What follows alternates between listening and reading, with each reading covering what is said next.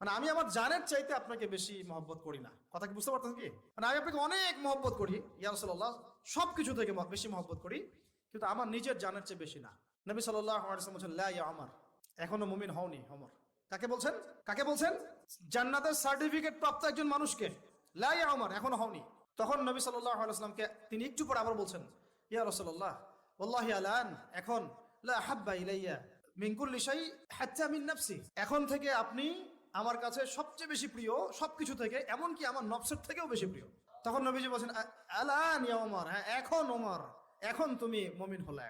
তাহলে যারা আমরা নবীর সুন্নতের খেলাফ এইসব অপসংস্কৃতি, নোংরামি, জেনা, ব্যভিচার, কনসার্ট, নাটক, সিনেমা, পরকিয়া, এইসব তথাকথিত ভালোবাসা দিবস, এই জেনা দিবসগুলো পালন করছি, আমরা কি আসলেই নবীকে ভালোবাসি? আমরা কি সত্যি আল্লাহকে ভালোবাসি? আল্লাহ পাক আমাদেরকে বোঝার তৌফিক দান করেন না, জাহিলিয়াত থেকে ফিরে আসার তৌফিক দান করেন। এরকম প্রচুর ঘটনা। ভালোবাসা তো এগুলোর নাম। ভালোবাসা কাকে বলে জানেন?